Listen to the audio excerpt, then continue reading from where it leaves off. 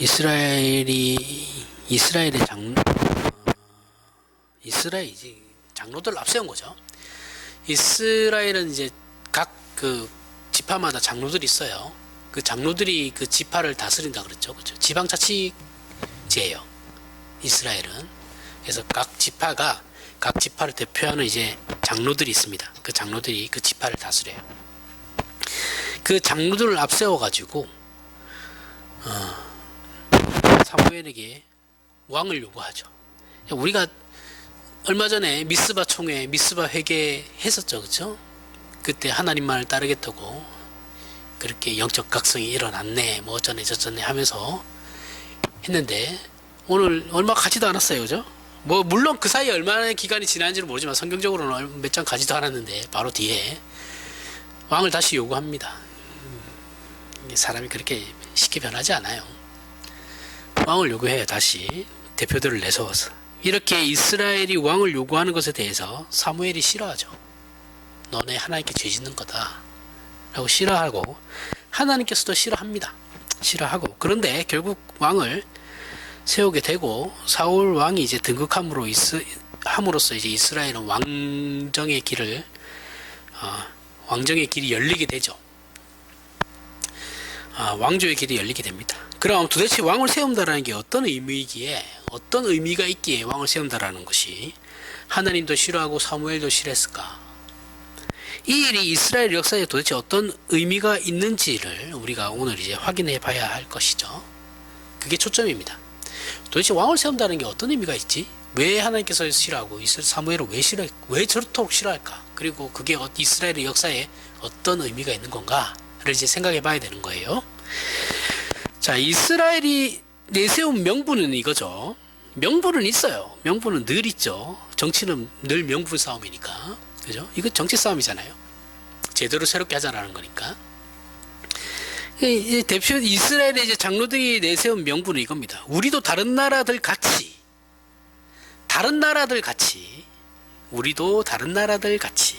이게 중요한 겁니다. 우리의 왕이 우리를 다스리며 우리 앞에 나가서 우리의 싸움을 싸워야 할 것이니이다. 우리 전쟁이 났을 때 우리 앞에 서가지고 우리를 진두지휘하면서 앞장서야 할 것입니다.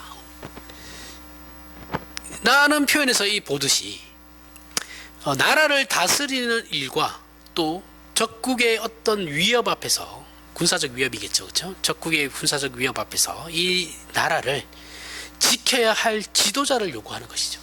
명분은 이거예요. 사실 이스라엘은 특별한 나라죠. 그렇죠? 이방 나라와 달라요. 하나님께서 직접 세우신 나라거든요. 그렇게 하나님께서 직접 세우신 나라로서 이스라엘 민족은 특별한 선택을 받은 민족이에요. 뭐 자기네들이 맨날 하는 말이 선민이잖아요. 그렇죠? 그래서 은혜를 입어 국가가 될 수 있었어요. 하나님의 은혜로 국가가 세워진 나라예요. 그래서 이스라엘에게 모든 사회적인 문제는 동시에 신학적인 문제가 돼요. 왜냐하면 하나님께서 세우신 나라이기 때문에 사회의 어떤 모든 이슈는 동시에 신학적인 이슈가 될 수 있어요. 그 연관되는 거예요. 신학과 삶이 같이 가는 거라서. 그래서 신학적인 답과 해석을 찾아야만 하는 것이 이스라엘이에요. 그들의 그리고 정체성입니다. 그리고 그들의 책임이에요. 우리는 이것을 이제 신명기 7장에서 이 사실을 확인할 수 있습니다. 신명기 7장 7절에서부터 11절에 여호와께서 너희를 기뻐하시고 너희를 택하심은 너희가 다른 민족보다 수요가 많기 때문이 아니니라. 너희는 오히려 모든 민족 중에 가장 적으니라.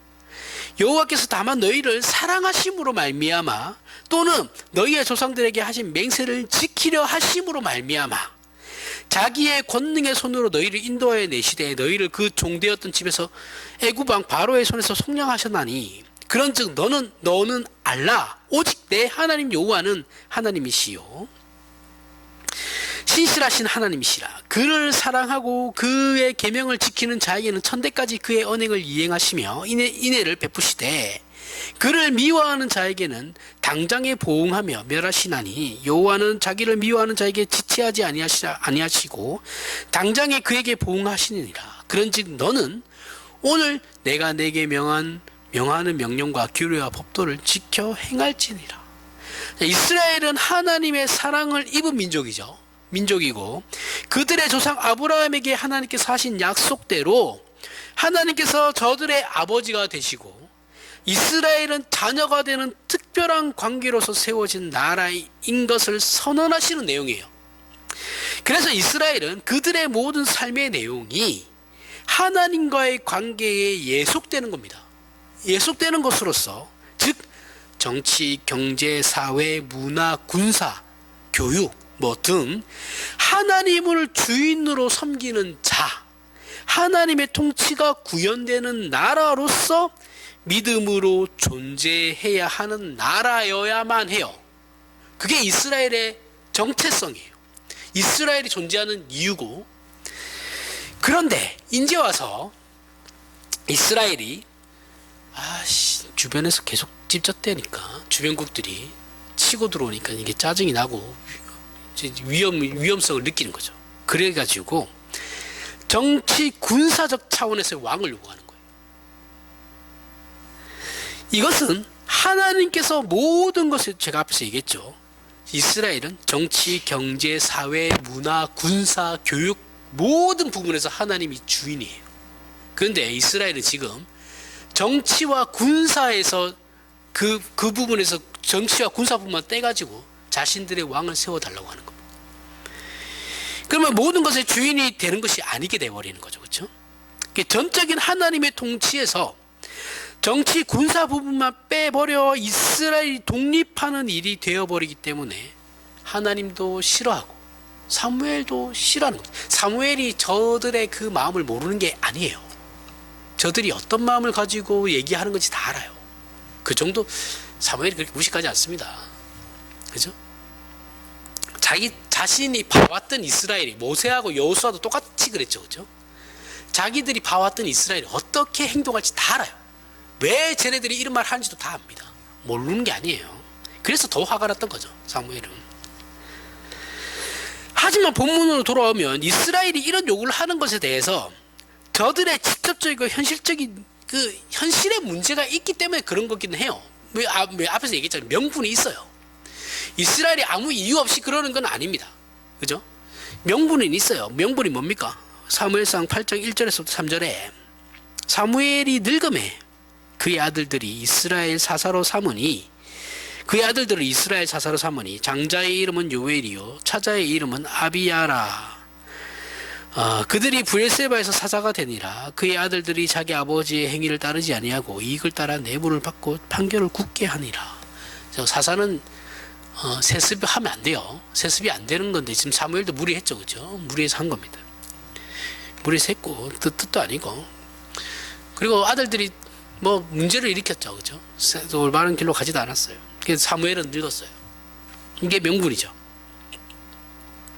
사사들은 판사예요. 그죠? 판사들이라고 했어요. 오늘날 판사입니다. 판사. 정치 행위를 하는 자들이 아니에요. 하나님과 이스라엘 민족 사이에서 중간에서 판결하는 거예요.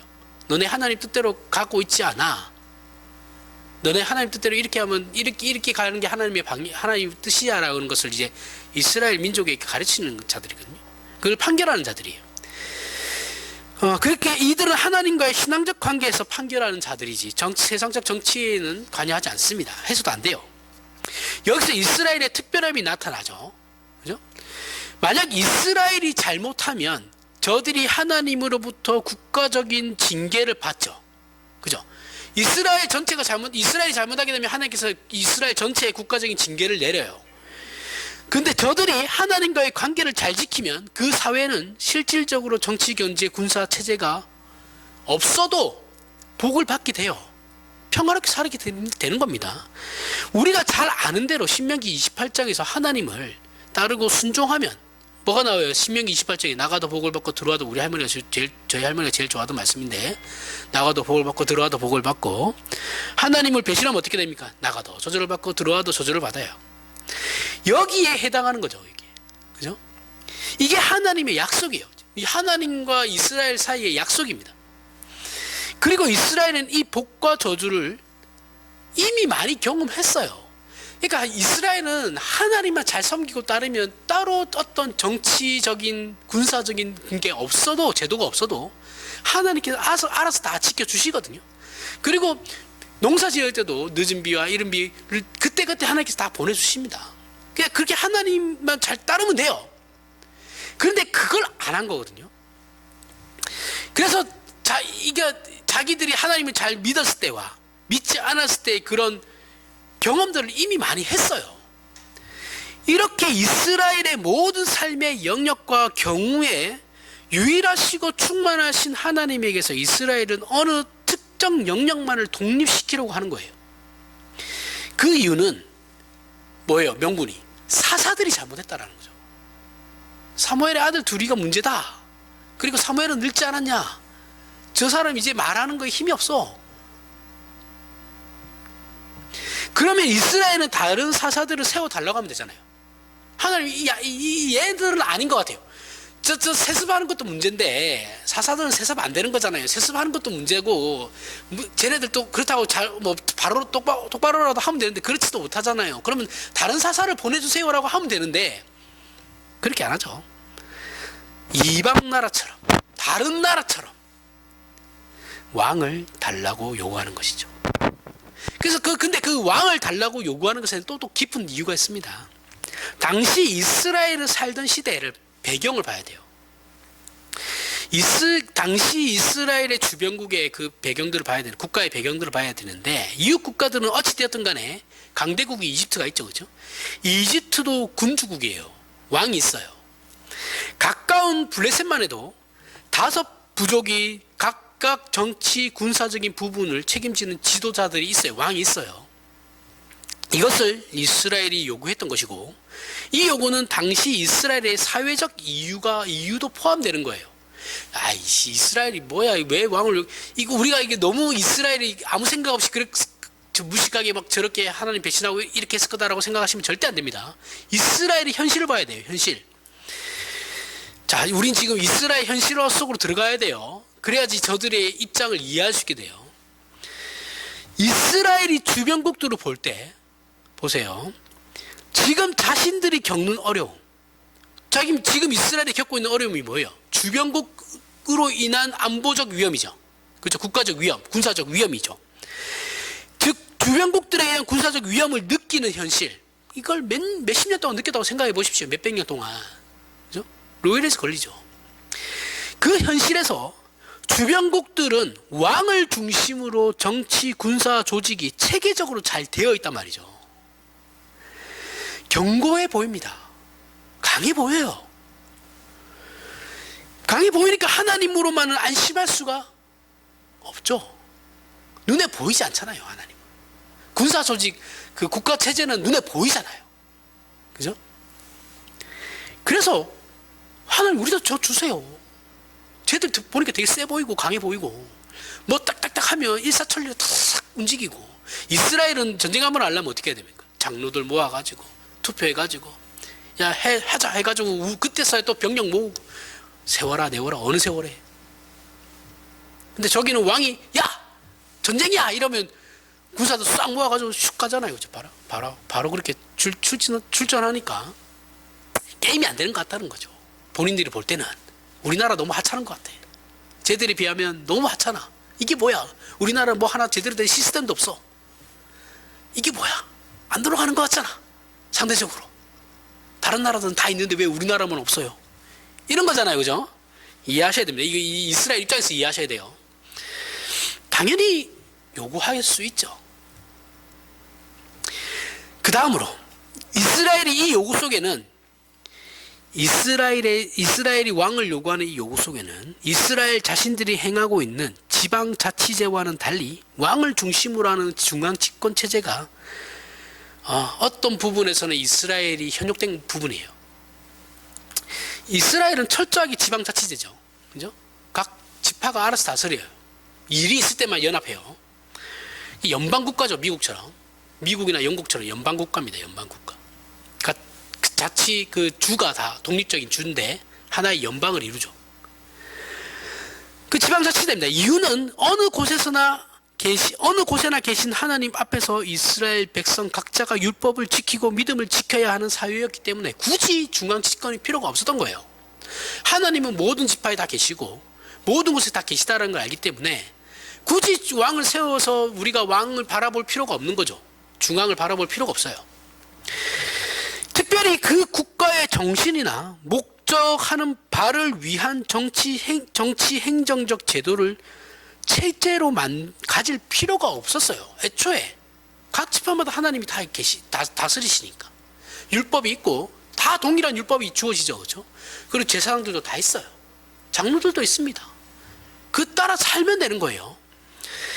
하지만 이웃 국가 중에 정치 군사 체제를 갖춘 중앙 집권적 왕정을 가진 나라들이 경제와 사회적인 면에서 앞서갔어요. 앞서간 것처럼 보였어요. 그죠? 발전하는 것처럼 보여요. 야, 저 나라들은 발전하는구나라는 게 눈에 보인단 말이죠. 이런 나라가 번성하는 것처럼 보였기 때문에 이스라엘은 불안하죠. 그죠? 우리나라가 그렇다고 생각해 보십시오. 그럼 우리나라 주변에는 다 잘 나가는 것 같은데 우리나라만 뒤쳐져가지고 체제도 없고 시스템도 없고 뭐 주먹구기 같고 뭐 개판인 것 같아요. 근데 주변 나라들은 다 잘 나가는 것 같아. 그럼 불안하지 않겠어요? 불안하죠. 부러웠죠. 그리고 그런 것이 야, 잘 돌아가는구나. 나라가 저렇게 돌아가야지. 우리나라처럼 뭐 하나 하려면 장로들 모으고 뭐 하고 복잡하다. 그리고 쟤네들 언제 또 설득하고 있냐. 이게 민주주의예요. 사실은 민주주의가 그런 거죠. 왕정국가는 독재국가잖아요. 그죠? 그렇게 생각하시면 돼요. 민주주의 국가하고 독재국가 비교하시면 됩니다. 부러웠죠. 이런 일은 현대를 살아가는 우리 현대인에게도 익숙한 일이죠. 우리도 주변 국가들이 잘 나가면 부러워하잖아요. 그죠? 우리나라가 선진국을 따라잡으려고 그렇게 막 미친 듯이 발버둥 치면서 따라온 거 아닙니까? 선진국 바늘에 들어왔는데도 우리나라 선진국이에요. 4만 달러니까. 선진국인데도 더 이러고 있죠. 끝이 없어요. 욕심은. 물론 자본주의 국가에서는 이제 성장이 멈추면 나라가 이제 망하죠. 그렇기 때문에 그 성장은 이게 자본주의의 약점이죠. 어쨌든 현대 시점은 나라마다 차이가 있지만 현대라고 부를 수 있는 그 시점은 이제 나라마다 차이가 있지만 이제 보통은 1945년 이후를 현대라고 합니다. 현대의 가장 큰 특징이죠. 그 특징이라면 극치에 이른 도시화 현상이에요. 물론 도시화 현상 자체는 산업혁명 이후로 이제 발생한 현상으로 시점은 근대에 해당하죠. 산업혁명은 근대입니다. 근대고 45년 이후를 이제 현대라고 하는 거예요. 근대를 어떻게 보통 어떤 시점으로 근대도 나라마다 다 다르거든요. 그 근대를 어떤 시점으로 잡냐면 시간, 정확한 시계를 가지고 시간이 이제 딱딱 정리되는 그 시점을 근대라고 그러는 겁니다. 그럼 이제 시계를 보게 되는 그 순간부터 근대가 되는 거예요. 우리나라는 그게 고종황제 때죠. 그죠? 고종황제 때 시계가 들어와서 그때부터 이제 시간을 가지고 얘기를 하게 돼요. 그래서 그때 구한 말이 이제 우리나라에서는 근대라 불리고 해방 이후가 우리나라에는 현대입니다. 뭐 이 나라마다 차이는 다 있어요. 시계가 들어가는 차이 그 시점이 있으니까.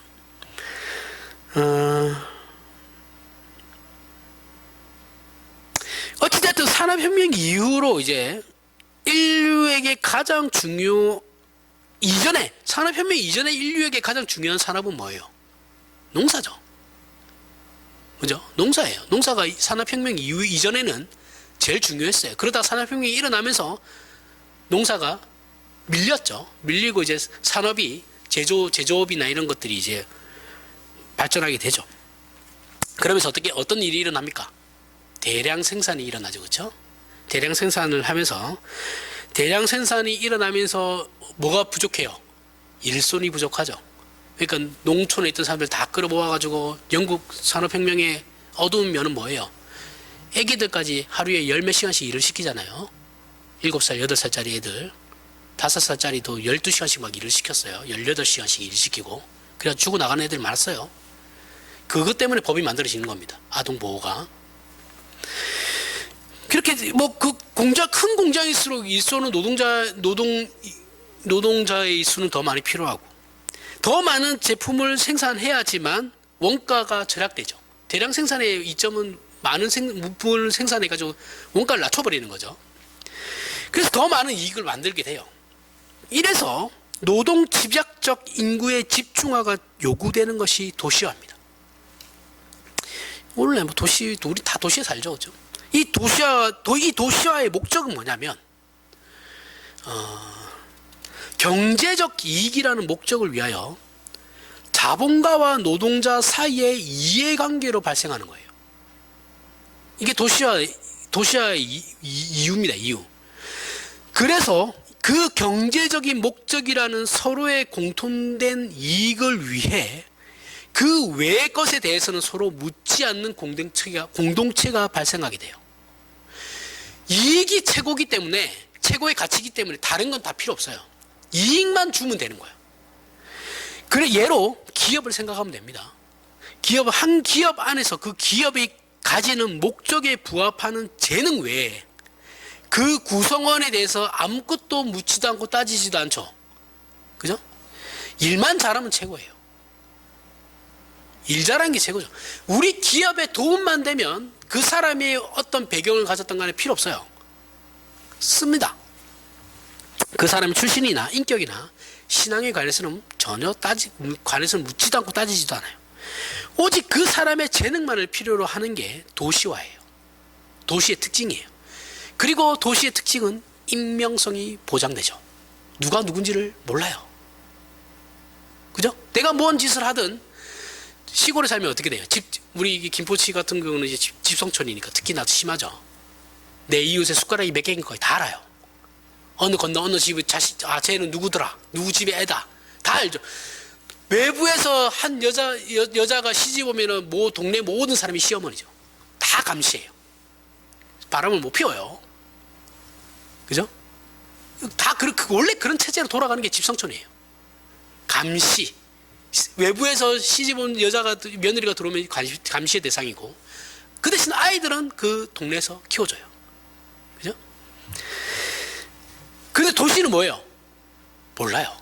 내 옆에 누가 사는지도 몰라요. 익명성이 보장되는 겁니다. 이게 사람들이 편해하죠. 특징이에요.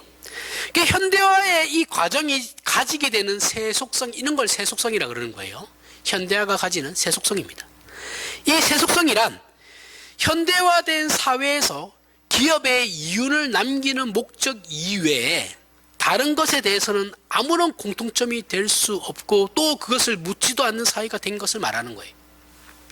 인류는 이것을 그럴듯하게 포장해서 다원주의, 우리는 다양성을 인정하잖아, 다원주의라는 말로 포장해요. 물론 다양성을 인정하는 게 나쁘다라는 건 아닙니다. 그 얘기를 하는 게 아니라 저는 현상을 지금 설명하는 거예요.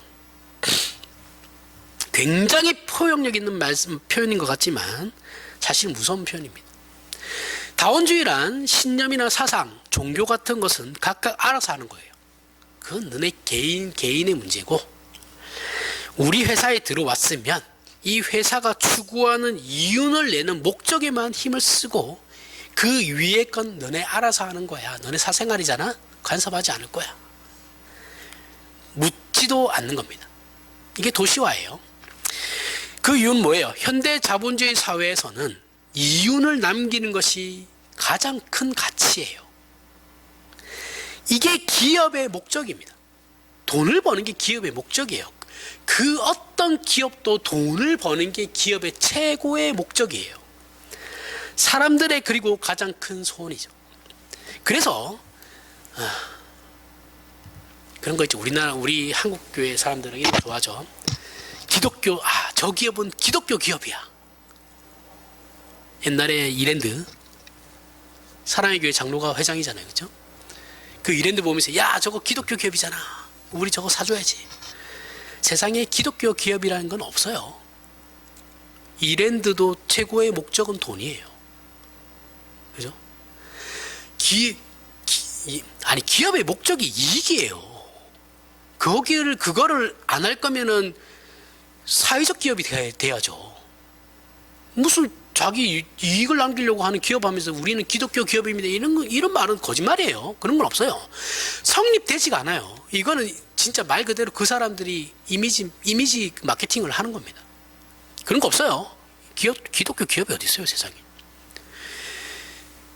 우린 모두 다원화된 현대 사회에서 태어났고 그렇게 살아가요. 이미 그런 성격의 질서가 자연스러운 사회의 일원으로 그 질서의 성격을 이해하든 못하든 간에, 내가 살아가고 있는 이 사회를 내가 이해하고 있든 이해하지 못하든 간에 우리는 살아가고 있어요. 그렇죠? 그 안에 존재하고 있는 겁니다. 직장을 생각해 보세요. 우리가 직장에서 해야 하는 일은 유능한 사원으로 존재하는 거예요. 일 잘하는 사원으로만 존재하면 돼요. 우리가 얼마나 인격적으로 고매하고 도덕성이 있는지는 하나도 중요하지 않습니다. 그죠? 현대사 자본주의 사회에서는 그래요. 인성에 심각한 문제가 있어도 삶이 난잡해도 일만 잘하면 됩니다. 현대사회는 이런 기능과 재능을 사람의 덕목으로 여겨요. 그래서 인격성이라는 건 자취를 감추죠. 그래서 현대에서 착한 사람은 호구예요. 호구 취급받죠. 바보 취급받아요. 지금은 영악해야 됩니다. 그죠? 도덕성이 의심스러워도 재능만 있으면 눈 감아줍니다. 이게 실용주의에 빠져 있는 거죠. 실용성 자체가 나쁘다라는 게 아니에요. 실용주의에 빠져 있으면 근데 문제가 돼요. 이런 문제점이 있음에도 불구하고 왜 모든 나라에서 도시 집중화 현상이 발생하고 다원주의와 실용주의라는 현대를 만들어 내었는가 하면, 그건 세상이 인류를 유혹해서 인류의 항복을 받아냈기 때문입니다. 세상이 이긴 거예요. 인류에게. 세상이 우리 인류를 항복시킨 건 세상이 줄 수 있는 자랑거리죠. 그죠? 세상이 가치와 영광으로 취급하는 것, 돈, 명예, 성공, 뭐 이런 거, 그죠? 지극히 물질적인 것이죠.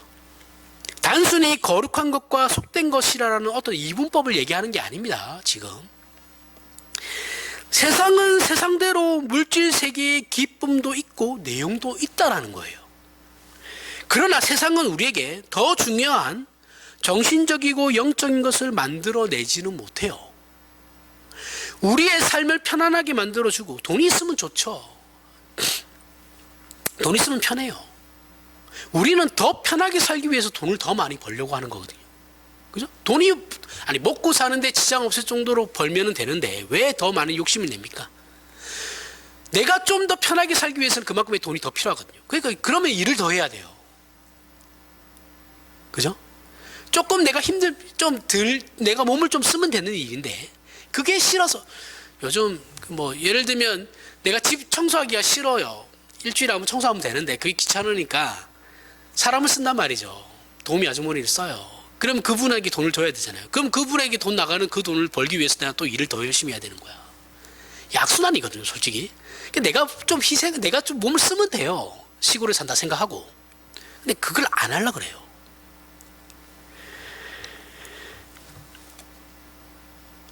그래서 세상이 물질적으로 편리하게 하고 문명의 발달이 우리에게 많은 혜택을 준 건 사실이에요. 이걸 부인하자라는 게 아니에요. 하지만 그것이 우리의 영혼과 정신에 또는 인격에 도움을 주는 것은 아무것도 없다라는 겁니다. 이런 물질적인 것이 우리 정신이나 영혼에 그 어떤 도움도 주지 않습니다. 공허함만 주죠. 그런데도 우리는 우리의 영혼을 팔아서라도 하나님이 아닌 세상에 붙잡히고 싶어 하죠. 그죠? 악마에게 영혼을 팔아서라도 우리 회사를 이만큼 키웠으면 좋겠어. 이런 생각 하잖아요. 지금 이스라엘도 우리 신자들도 이 싸움에 걸려 있어요. 여기서 헤어나오지를 못하는 겁니다. 이스라엘이 지금 처해 있는 상황이 제가 지금 설명한 그 도시와 현상이 똑같은 거예요. 본문의 이스라엘이 주변국들처럼 자신들도 왕이 있어야 한다고 주장하는 진정한 사회적 배경에는 그 이웃 나라들의 문명과 경제적 번성과 군사력으로 표현되는 강성함에 대한 유혹에 빠진 겁니다. 그래서 자신들에게 왕을 달라고 지금 하나님께 요구하는 거예요. 하나님만을 왕으로 섬기며 살아야 하는 나라와 그 나라의 백성으로서의 자신들의 정체성을 포기한 거예요. 드디어. 이 일은 고대 이스라엘에서 일어난 고립적 시대의 얘기가 아닙니다. 어느 시대나 기독교 신자에게는 늘 넘어야 하는 관문으로 상존하는 것임을 잊어서는 안 돼요. 지금 기독교 신자 중에 하나님 한 분만으로 만족하며 신앙생활을 하는 사람 없어요. 아니에요. 나는 돈도 필요 없고 하나님만 있으면 돼. 돈도 필요 없고 돈 필요 없다고 하는 사람 제일 무서운 사람이죠. 그죠? 돈은 필요해요. 돈이 왜 필요 없습니까? 돈 있어야 됩니다. 사기 싫은 사람들 잘 보세요. 주변에서 위험한 사람들은 아니야, 난 돈 필요 없어. 그 사람 제일 위험해요. 조심하세요. 없어요. 하나님 한 분만으로 기뻐하면서 사회생활, 그 신앙생활 하는 사람은 없습니다. 거의 없다고 하죠. 한 명 정도는 있을 수 있으니까. 이 말은 모두 산으로 들어가서 그럼 세상을 등지며 살자는 말은 아니죠. 그렇죠? 신자의 삶 전 영역에서 하나님을 아버지로 모시는 일에 거의 다가 실패하고 있다는 말이에요. 우리는 종교적인 집회나 종교적인 형태에서만 하나님을 하나님으로 섬겨서는 안 돼요. 우리가 존재하는 곳에서, 우리가 살아 움직이는 모든 삶의 현장에서 우리가 하나님의 자녀여야만 하는 겁니다. 그것이 하나님께서 일하시는 방법이고 우리가 신앙을 지키는 방법입니다. 이걸 놓친단 말이죠. 이스라엘도 놓치고 있고 우리도 놓치고 있어요. 그런 의미에서 늘 얘기하지만 믿음 좋은 정치인을 뽑겠다라는 생각은 절반은 맞고 절반은 틀린 거예요. 아, 저 사람 기독교인이니까 뽑아줘야지. 그렇게 하지 마세요. 일 잘하는 사람 뽑으세요. 일 잘하는 사람. 하나님께서 한 나라를 다스리는 일을 신앙으로만 하시진 않아요. 도대체 어디서 왜 그런 생각들을 하는지 모르겠는데, 신자라고 다 일 잘하는 거 아니에요. 일 잘하는 사람 뽑아야죠. 세상 나라의 지도자가 되고 책임자가 된다는 건 뭐냐면 정치력이 있다라는 거예요. 정치적 실력이 있다라는 말입니다. 정치적 실력이라는 말은 우리가 말할 때 정치적 실력이, 저 사람 정치적 실력이 있다라고 하는 그 말은 세상 나라를 세상적 기준에서 가치와 질서 안에서 잘 인도하는 사람이에요. 그죠? 세상을 다스리는데 기독교 기준을 들이대지는 않죠. 그런 사람이 어디 있어요? 아니, 그 사람도 세상 사람인데 어떻게 기독교 기준을 갖다 들이대요? 그렇게 못해요. 세상적 기준 안에서 같이 그래도 윤리 도덕적이고 사람이 어떤 그 올바름이 있는 사람이라면 그럼 그 사람 지지하면 되는 겁니다. 잘 인도하고 있다면 저 사람 리더십 있고 잘한다. 그럼 그 사람 정치 잘하는 사람이에요. 그 사람이 신자든 아니든 간에 그건 상관없어요. 세상 일을 다스리는데 무슨 거기에 신자가 꼭 들어갈 이유가 뭐가 있어요? 특별히 내가 정치에 어떤 신자인데 뜻이 있어서 아브라함 카이퍼처럼 목사하다가도 때려치우고 이제 총리할 수 있죠. 그 사람이 그러면 목사했던 사람이서 총리할 때 얌전하겠냐? 아니에요. 그 사람 쌍욕하고 이랬어요. 국회에서 자기 막 비난하는 사람들한테 공격하고 이랬어요. 그 사람 신자입니다. 그 사람도. 그 사람 우리나라 개혁파 신학에서 알아주는 신학자예요. 그리고 존경받는 사람입니다. 그 사람이 얌전하게 하면서 정치했겠어요? 절대 아니에요. 온갖 곳에서 공격이 다 들어왔어요. 다 자기가 다 받아 쳐냅니다. 정치력도 엄청나게 뛰어났어요. 그것도 못하니까 문제죠. 신자라고 해서 뽑아놨는데 정치는 못해요. 그러면 그 사람은 왜 뽑아줘요? 왜? 뽑아주시면 안 되죠. 믿는 사람을 대통령으로 뽑아서 이 세상 나라를 하나님의 나라로 만들고 싶으면 그냥 산에 올라가시면 돼요. 산에 올라가셔서 기도원 차리시면 됩니다. 저희 할머니처럼. 그래서 거기서 왕노릇 하시면 돼요. 왜 그렇습니까? 하면 하나님이 누구시고 하나님을 믿고 사는 기독교 신자의 신앙이 무엇인지를 증명하는 것은 세상 것으로는 그것이 무엇인 되었든 간에 증명할 방법이 없어요. 우리가 많이 오해하는 예수를 믿으면 성공하고 나라가 부강해진다는 그 주장, 우리나라 보수 기독교들이 하는 말이잖아요. 맨날 성공하고 나라가 부강해진다는 그 주장을 구약적 관점에서 설명을 하려면 구약을 우리가 알고 있는 것보다 훨씬 더 깊이 이해하고 있어야 돼요. 그 사람들이 과연 그 정도 이해를 가지고 얘기하는 건지는 모르겠어요. 그 부강함이나 평안함, 복이라는 건 보이는 게 다가 아닙니다. 하나님께서 하나님이 누구시고 하나님을 믿고 사는 백성의 특권이 무엇인지를 우리 각자의 다름으로 증명하시는 거예요. 이 다름은 마태복음 22장에서 예수께서 설명하시는데, 첫째 되는 계명이 내 마음을 다하고 목숨을 다하고 뜻을 다하여 주 너의 하나님을 사랑하라. 이게 다름의 첫 번째고, 다름의 두 번째는 둘째 되는 계명인 내 이웃을 내 자신같이 사랑하라. 그리고 이 두 계명이 온 율법과 선지자의 강령이니라. 이렇게 나옵니다. 이렇게 달라라고 다르게 달라야 된다고 얘기하는 거예요. 율법과 선지자라는 것은 구약 성경이 말하는 거죠. 구약 성경 전체를 얘기하는 겁니다. 구약 성경 전체가 뭐예요? 하나님 사랑과 이웃 사랑. 이건 또 동시에 성경 전체를 관통하는 핵심이죠. 여기서 사랑이라는 건 감정적이고 감성적인 표현을 얘기하는 것이 아니죠. 모든 것을 맡기고 모든 것을 동원하여 매달리는 의미에서의 사랑이에요.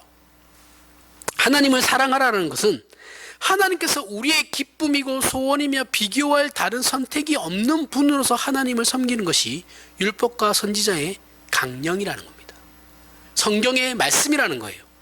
예수를 믿고 신앙을 고백하며 하나님을 아버지라 부르는 것은 하나님만을 기쁨과 소원으로 삼고 이유와 내용으로 삼으며 자랑과 영광으로 삼겠다라는 겁니다.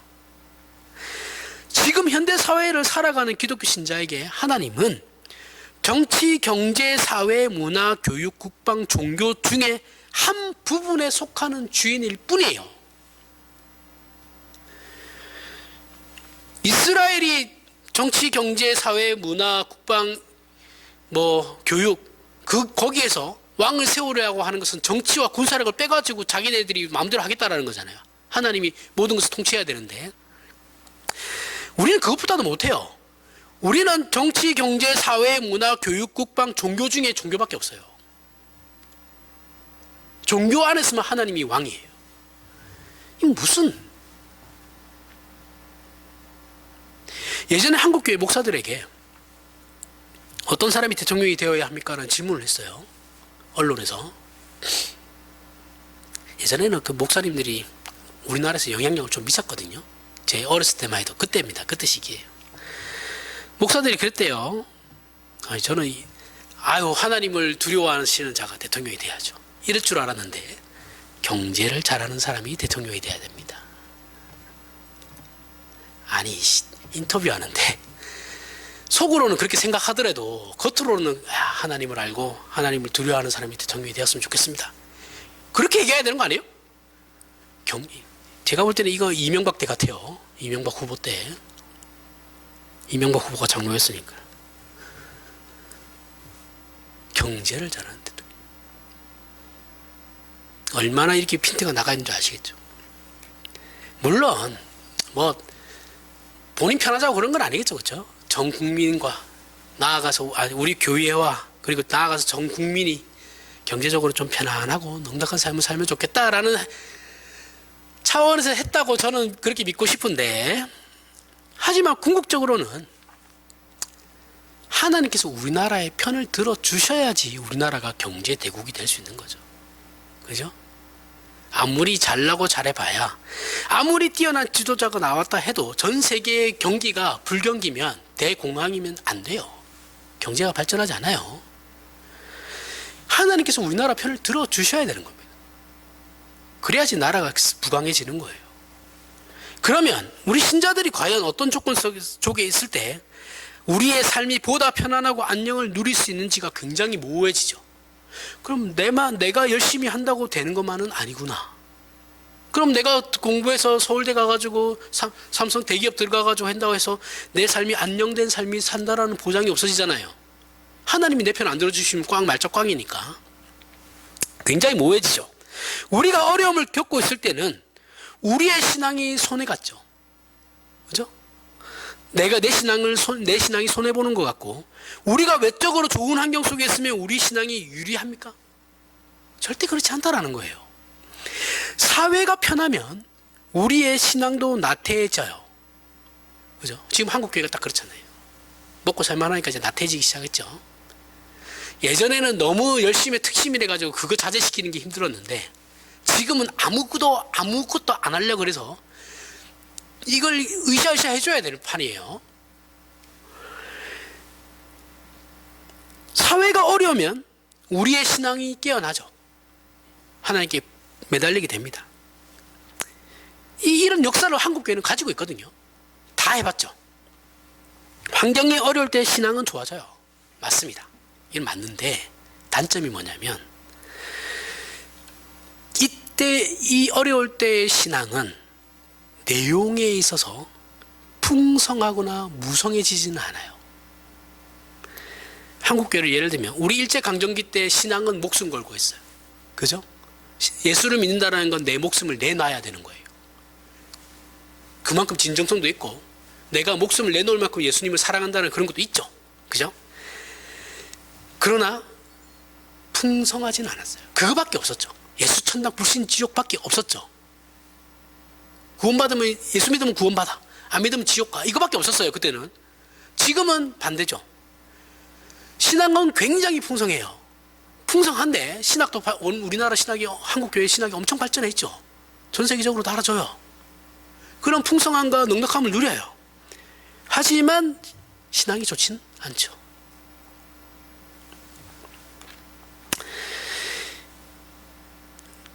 이렇게 우리의 신앙이 더더욱 풍성해지고 만발하기 위해서 좋은 환경을 요구할 수도 있어요. 그렇게 요구할 수는 있어도 이것이 마치 우리 신앙의 유일한 자양분이고 절대적으로 필요한 것 같이 생각하고 얘기하면 그건 안 됩니다. 그죠? 우리의 신앙이 꽃피우기 위해, 더 풍성해지기 위해 우리가 먹고 살만하게 해주십시오라고 그렇게 요구할 수는 있지만 이게 기독교의 전부인 것이냐, 기복주의처럼 그렇게 가면 그거는 안 됩니다. 지금 이 싸움을 하고 있는 거예요. 이스라엘과 우리가 동일하게. 우리나라는 당군 할아버지가 나라의 위치를 더럽게 잘 잡으셔가지고 전 세계 5대 강대국 안에 들어가는 그 나라 중에 세 나라가 지금 우리나라에 끼어 있죠. 우리나라가 그 나라들 사이, 중국하고 러시아, 일본. 그죠? 우리나라는 진짜 피똥을 쌉니다. 물론 그것 때문에 빨리 성장한 것도 있긴 해요. 힘들죠. 후손들이 너무 힘들어요. 이때 신자인 우리가 이 나라의 미래가 걱정이 되면 그 걱정이 우리로 하여금 하나님께서 우리가 속해 있는 나라를 지켜주셔야만 한다는 것으로 돌아오게 되는 걸 우리는 확인할 수 있어요. 그렇게 확인해야 되는 겁니다. 아, 우리가 이렇게 둘러싸여 있으니까, 강대국들에게 둘러싸여 있으니까 하나님 우리를 도와주십시오, 우리를 지켜주십시오, 여기로 우리는 가야 되는 거예요. 이걸 우리 그렇게 돌아가고 있는지 우리 각자가 돌아봐야 되죠. 우리 자신의 신앙을. 이런 문제, 즉 국제관계의 이해나 국제정치의 이해나 경제적인 기대나 사회적인 요구가 우리의 신앙과 얼마나 직결되는지를 우리 신자들은 깊이 이해하고 있어야 돼요. 모르면 안 돼요. 그래서 국제사회가 어떻게 돌아가고 있는지, 나라가 어떻게 돌아가고 있는지, 미국은 지금 뭔 뻘짓거리를 저렇게 하고 있는지, 쟤들 때문에 지금 전쟁이 두 군데나 일어나가지고 난리가 났는데 팔짱 끼고 지네들은 기름 팔아먹으면서 돈 왕창 벌고, 지금 우리는 미국만 잘 나가고 있죠. 전 세계에서 미국만 떼돈 벌고 있어요. 다른 나라는 다 죽겠다 그러는데 왜 그렇게 돌아가고 있는지 다 알아야 된다는 거예요. 우리는 우리가 속한 나라나 우리가 속한 교회가 유명해지기를 원하죠. 그죠? 우리나라가 잘 먹고 잘 살아서 강대국 돼가지고 유명해지기를 원하고, 우리 교회가 큰 교회가 돼가지고 유명해지기를 원해요. 우리 담임 목사가 잘 나갔으면 좋겠어요. 왜요? 왜 그럴까요? 그럼 내가 신자로서 어떤 개인적 책임을 약간은 외면해도 되거든요. 된다라고 생각하는 거죠. 어차피 우리 교회는 내가 여기 교회 다니니까 내 이미지는 이 교회가 만들어준다고 생각하는 거예요. 내가 좀 게을러도. 우리나라가 선진국이 돼서 잘 살게 되고 우리 교회가 유명해져서 얻는 이익은 뭐예요? 신자들이 얻을 수 있는 이유. 내가 어느 나라 사람인데. 너 한국 알아? 내가 어느 교회를 다니는데. 이 자랑 말고는 하나도 없어요. 뭐가 있어요? 교회가 좋은 교회에 다니는 이유가 나에게 이익이 되는 게 뭐가 있어요? 그 자랑 말고는 없지. 아, 내가 어느 교회 다니잖아. 거기에 내가 안수집사잖아. 거기에 내가 장로하고 있잖아. 요거밖에 없잖아요. 지금 사무엘상 8장의 이스라엘도 이 자랑이 하고 싶은 거예요. 하나님 보세요. 우리나라 아우 진짜 아직까지 양쳐요. 예? 먹고 살기도 힘든데 그거 양쳐가지고 털 벗겨가지고 팔아가지고 얼마나 남아요? 남지도 않아요. 그리고 맨날 전쟁 날 때마다 맨날 지고 이게 뭐예요? 하나님 우리도 쟤네들처럼 강대국 되게 해주세요. 잘 먹고 잘 살고 떵떵거리게 하게 해주세요. 요 자랑이 하고 싶은 거거든요. 그래서 왕을 달라고 하는 거예요. 그리고 이들이 중앙 집권적 왕정 국가를 원하는 또 다른 이유가 또 있습니다. 그게 다가 아니죠. 그렇게 되었을 때 왕정 국가가 되었을 때 그 안에서 반사 이익을 얻는 기득권들이 있는 거예요. 자신들에게 이익이 없는데 그런 거를 요구하겠어요? 절대 안 그럽니다. 그러한 왕정 국가가 됐을 때 자기네들이 이익을 얻는 기득권의 사람들이 있기 때문에 그런 거예요. 더더욱 그들이 앞장서서 하는 말이죠, 사실은. 명분도 생겼죠. 그죠? 사무엘은 늙었고 그의 두 아들은 개판이고 블레셋이 맨날 쳐들어오고 좋은 명분은 좋죠. 그러니까 야 기회다. 야 우리 중에 누구 하나 왕 되면 내가 다 챙겨줄게. 그거잖아요. 순진하게 아유 그래도 성경인데 그런 게 어디 있어요. 세상 사람 살아가는 건 다 똑같습니다. 다 똑같아요. 역사적으로 다른 게 없어요. 이스라엘이 얘기했죠. 이스라엘의 믿음 좋았을 거라고 생각하면 안 돼요. 이스라엘의 신앙 좋은 사람은 몇 프로 안 됩니다. 옛날부터 그랬어요. 모세도 그랬고 모세의 말을 들어봐도 그건 증명이 되고 여호수아의 말을 들어봐도 증명이 돼요. 사무엘의 말을 들어도 증명이 돼요. 주변국의 침이 빈번해졌고 사무엘은 늙었으며 그 두 아들은 아버지와 같이 않고 타락했어요. 그래서 더더욱 거세게 왕을 요구하는 겁니다. 로또죠. 12지파 중에 한 지파 왕이 되면 야 너네 도와줘. 나 도와주면 나 밀어주면 내가 왕 돼가지고 너네들 다 지켜줄게. 챙겨줄게. 이익 보는 사람들이 분명히 있다라는 거죠. 교회 공동체도 그렇게 교회 공동체도 그렇고 개인의 신앙도 마찬가지입니다. 자신이 어느 교회를 다닌다라는 걸 자랑하고 싶으면 그때는 자기 스스로 자신의 신앙을 점검하셔야 돼요. 우리는 그 어떤 조직 속에서도 자신이 출석하는 교회 공동체의 교세가 크든 작든 수준이 높든 낮든 간에 자기의 신앙은 하나님 앞에서 개인의 싸움이라는 걸 잊으시면 안 돼요. 하나님 앞에선 단독자입니다. 이것은 교회 공동체에 떠넘길 수도 없고 목사에게서도 떠넘겨서도 안 됩니다. 떠넘겨도 소용없어요. 신앙이란 건 결국 나와 하나님과의 관계예요. 제가 아무리 이렇게 해도 여러분들이 마음대로 살면 저는 잘못 없어요. 저는 똑바로 가르쳤기 때문에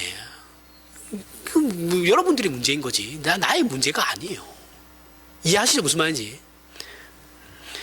대통령이 신자라고 해서 그 떠넘길 수도 없는 거예요. 우리는 대통령이 신자든 아니든 간에 우리가 해야 할, 신자로서 해야 할 책임이 있는 겁니다. 사회적.